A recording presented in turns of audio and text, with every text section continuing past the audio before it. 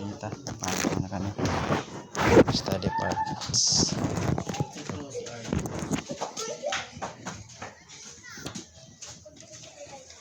Alam mo yung kwan? Yung ano ba yun? Yung purify my heart. MJ! Oo, yun na lang. Okay lang! Ha? Upo ka na doon. Aklis bungi ka.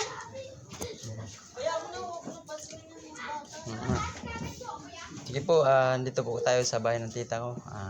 Let's acknowledge the Holy Spirit, ha? Dito lang muna. Ha? Umupo ka muna. Oo, muna. Upo. Para magaling. Umupo ka. Kaya upo daw. Sunod si mama. Upo. Ayan. Para... Oo.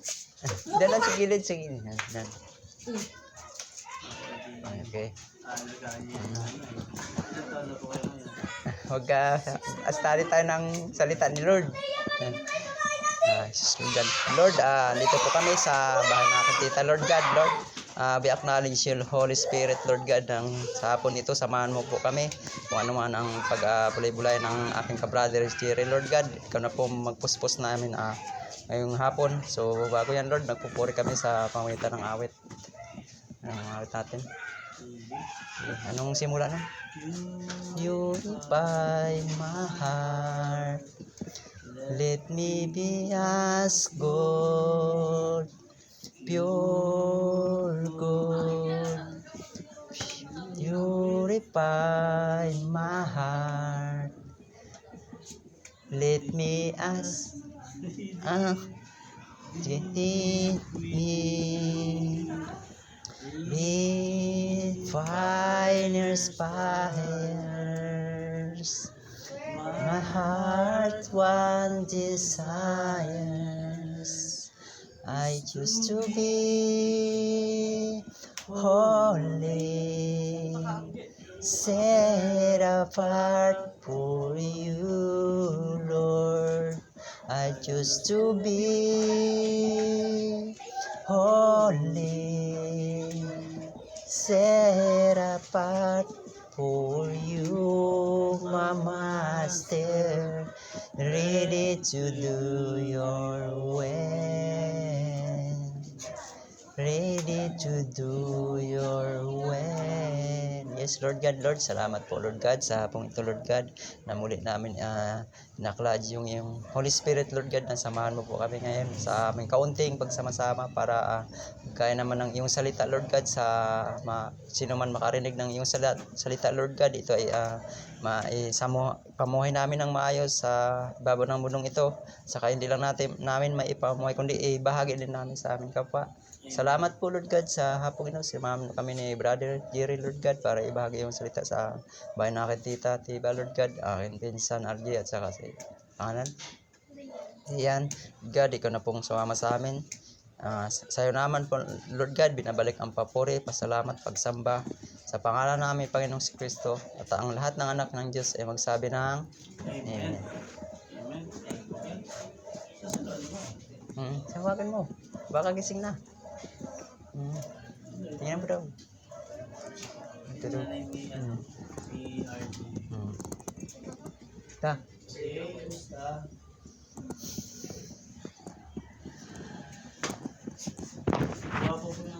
Oo nga, wawa yan. Mukha niyo po. Saan? Naluhan na kasi may mga Ganito talaga yan. Hindi, may pulbo eh. May pulbo.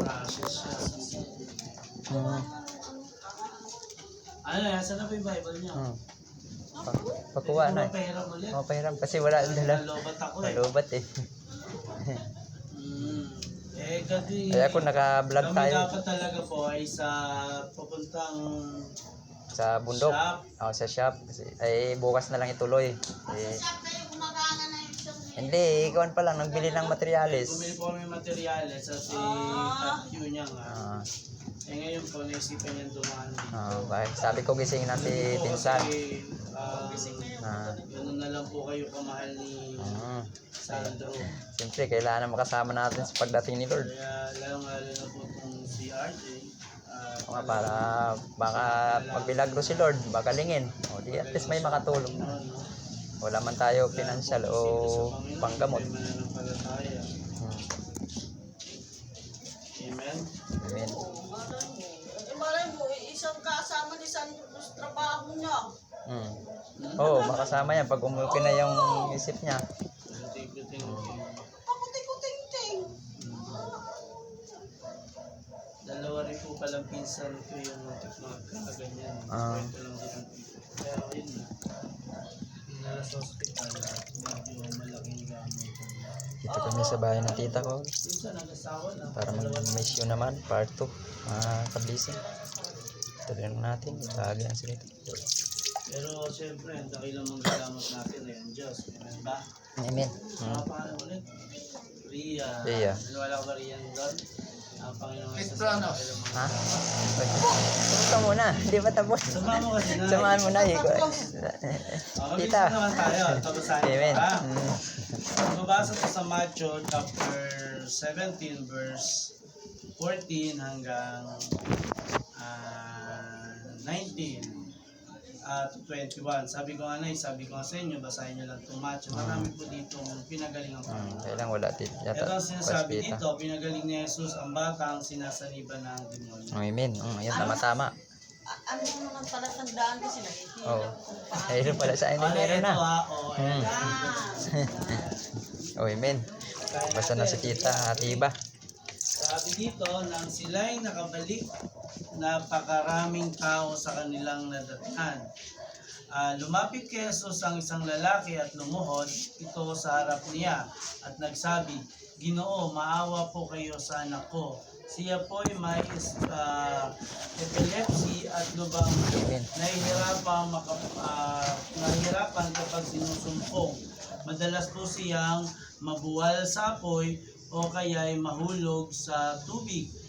Dinala ko po siya sa inyong mga alagad, ngunit siya hindi nila mapagaling. So, yung mga alagad, hindi mapagaling, no? Sumagot si Jesus, lahing napakasama at walang pananampalataya. Hanggang kailan ako dapat manatiling kasama ninyo? Hanggang kailan ko kayo pagtitiisan? Dalhin ninyo rito ang bata. Iniutos ni Jesus ang demonyo na lumabas sa bata at ang bata ay gumaling agad. Amen. Pagkatapos, lumapit ang mga alagad at tinanong si Jesus, nang wala na ang ibang nakakarinig, bakit po hindi namin mapalayas ang demonyo? Sumagot siya, dahil sa maliit ang inyong pananampalataya. Tandaan ninyo, kung kayo may pananampalataya sa Diyos, sinabi ng buto na mustasa, maaari ninyo sabihin sa bundok na ito, lumipat ka roon at ito'y lilipat. Nga, tunay na walang bagay na hindi ninyo magagawa. Amen. Amen. So, ang Panginoong Yesus nagbigay na sa atin ng assurance, kapag meron po tayo na pananampalataya, wala pong imposible. Amen. Maaaring Praise the Lord.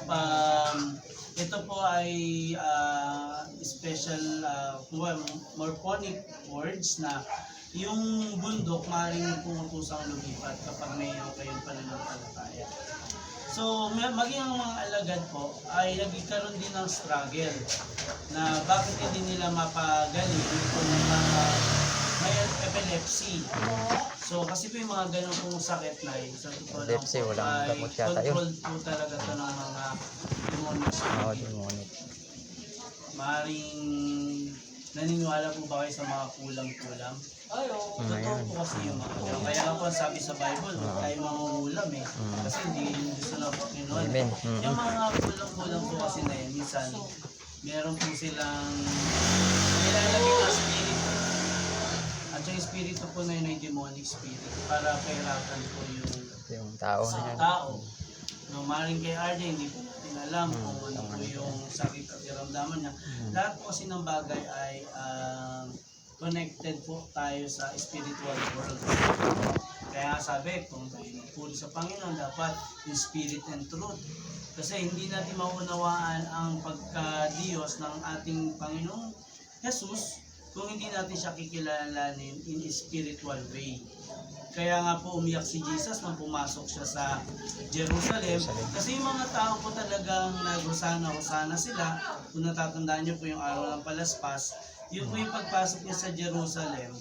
Yun po yung unang Sunday, pagkatapos po nang hinuli na si Jesus at napako nga siya sa cross. Ngunit, alam niyo po ba kung ano yung nakita ni Jesus sa mga tao na po na excited sa pagpasok ng hari? Sabi niya, Hosana, Hosana, purihin ng Diyos ang aming hari. Pero sa puso nila, gusto lang nilang gawin si Jesus Christ na hari ng bansa. Like our president.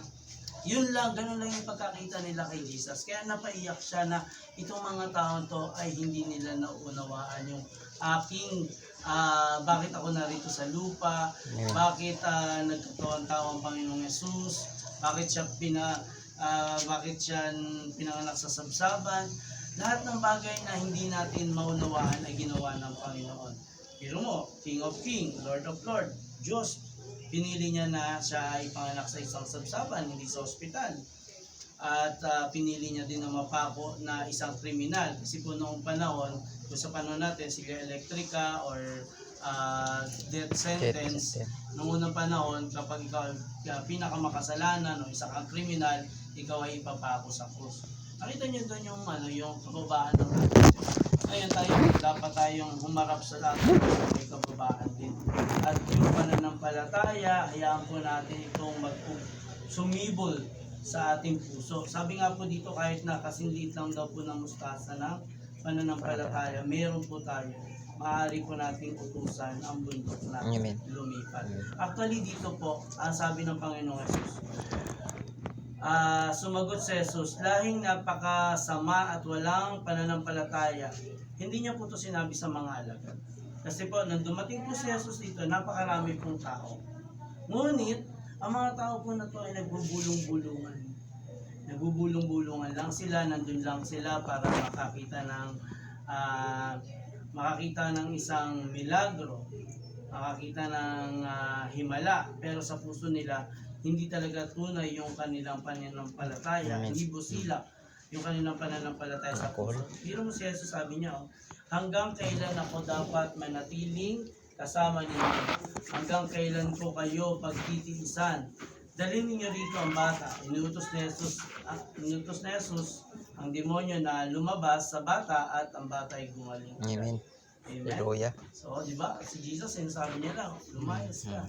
Basta Satanas. At ito ay lumayas. Hindi lang po yan ang kwento ng pagpapagaling ng Panginoon. Marami po dito ang kwento ng pagpapagaling dito sa Mateo. At si Pards po ay naniniwala sa Panginoon na kaya-kaya niya pagalingin po si RJ. Amen. Kaya lang, paano po kaya tayo na mga kasama ni RJ? Sinukulang Kailangan pa natin siya. Kailangan nang patanggapin natin. Marunong ka magpreno nung gapatanggap. Paano nga yung pagpatanggap? Diba? Yung sumusunod lang pag sinabi mo. Hindi, kahit sila tita lang, kahit ito.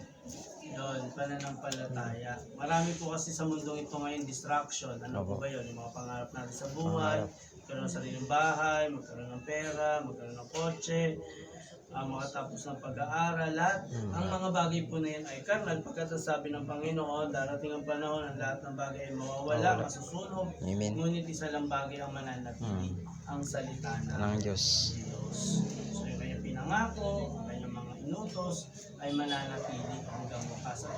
Sabi ko nga po sa inyo, mula sa salita, ang Panginoong Jesus ay nagkatawang tao. Amen? So, nanay, ano nga po pangalan nyo ulit? Eva. Talavera. Pinis. Hindi yung tunay mong pangalan na yun? Di ba nangalam? Teba na. Short lang. Nanay Teba or Eva. Teba. Pinis. Talavera. Hindi, F yung gitna yun. Pinis. Pwede. Oo. Kamusta po ba yung pananampalataya natin? alam mo naman pag ganyan may problema. Dulog lang, manalangin lang. Oo. Lord. Magagamitin siya. Amen. Pagkagising, at kung paglabas mo ng bakuran, importante yun. Yan. Amen. Bayan ka. Praise the Lord. Sige po. Kasi minsan we are so distracted nga po, sabi nga sa pananampalataya. Pero sa darating po kasi ang panahon, lahat ay harap sa Panginoon, sa hukom. Apo. At Individual. alam ng Panginoon kung anong ginawa natin sa lupa, yung mga sakripisyo natin. No? At hindi naman po mawawala ng kabuluhan yung mga bagay na ginawa natin. Kaya po yung pagmamahal niya at pag-aalaga dito kay Art, kaya ina-appreciate ng Panginoon. Napakalaki sacrifice yan. And I know na words na rin po kayo kasi siyempre tatanda po kayo, minsan dito. Ganyan Paano siya. naman po yung anak niyo. But narito po kami ni 32 na siya?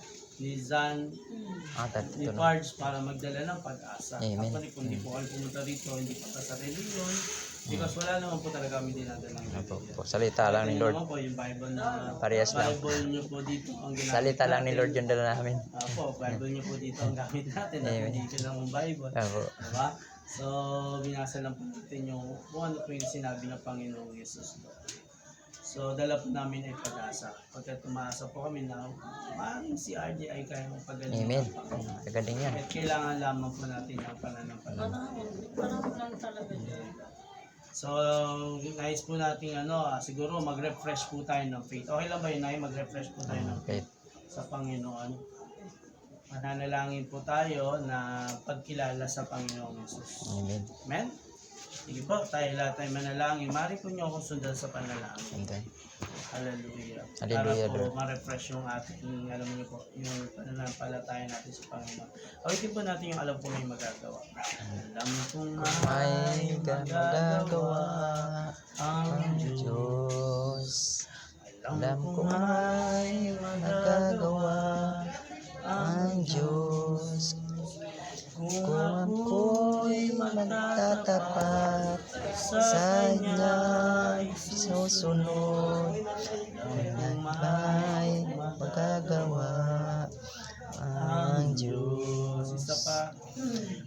Alam ko may magagawa ang Diyos. Alam ko may magagawa ang Diyos. Alam ko may magagawa ang Diyos. Kung ako'y magtatapat, Kung ako'y magtatapat sa Kanya'y susunod, alam ko may magagawa ang Diyos. sige po, tayo pa Amen. manalangin. Praise God, Praise hallelujah. Hallelujah. Panginoong Jesus, Yes, Panginoong Isus. sige pa, sumunod po tayo, Panginoong Jesus. Panginoong Isus. Kami po Kami po, sunod ka. ay nagkakaisa Kaya kami nagkakaisa. at nananampalataya Kami nanampalataya. na ikaw ay Diyos Ikaw ay Diyos. at ikaw ay buhay. Ikaw ay buhay. Naririnig mo po kami Narinig mo po kami at nakikita mo po kami. at nakita mo po kami. Hindi ka po natutulog na Diyos. Hindi ka po natulog na Pagkamat Diyos. ikaw ay nakako sa krus Pagamat ikay na po ako sa krus, at namatay, namatay. ngunit muli kang nabuhay Ngunit muli ka ng buhay. pagkatapos ng 3 araw. Tapos ng 3 araw.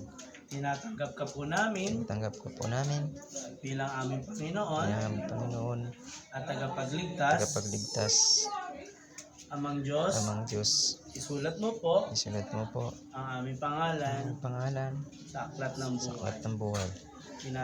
Inaamin po namin Inamin po namin na kami ay na makasalanan kami ay makasalanan.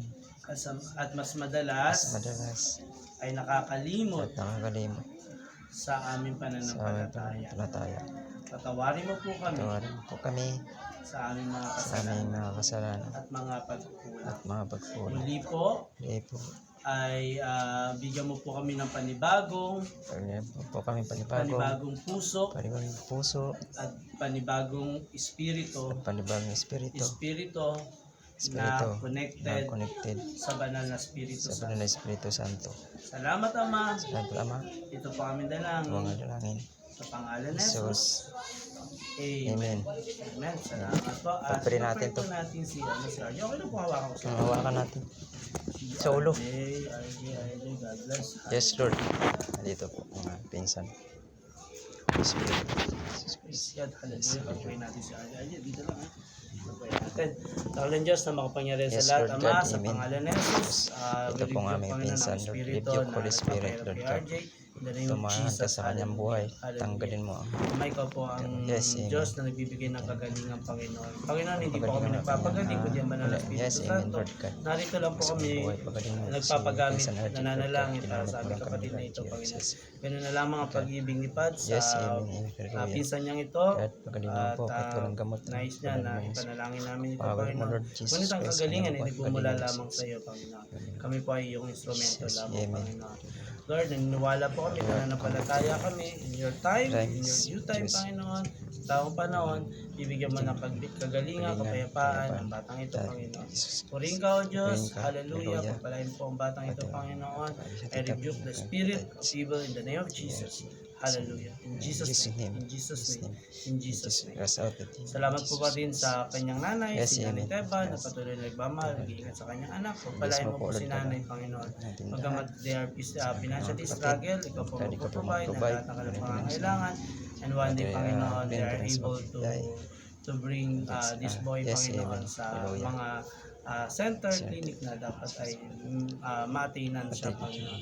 Panginoon, salamat po sa buhay ni Nanay. At dalayan ko na patuloy Yes, pagpalain amen. mo tahanan na ito, pagiging mga bata na naririto, Yes, ang mga amen. magulang, in Jesus' mighty name. Amen. Amen. Amen. God bless. Tayo.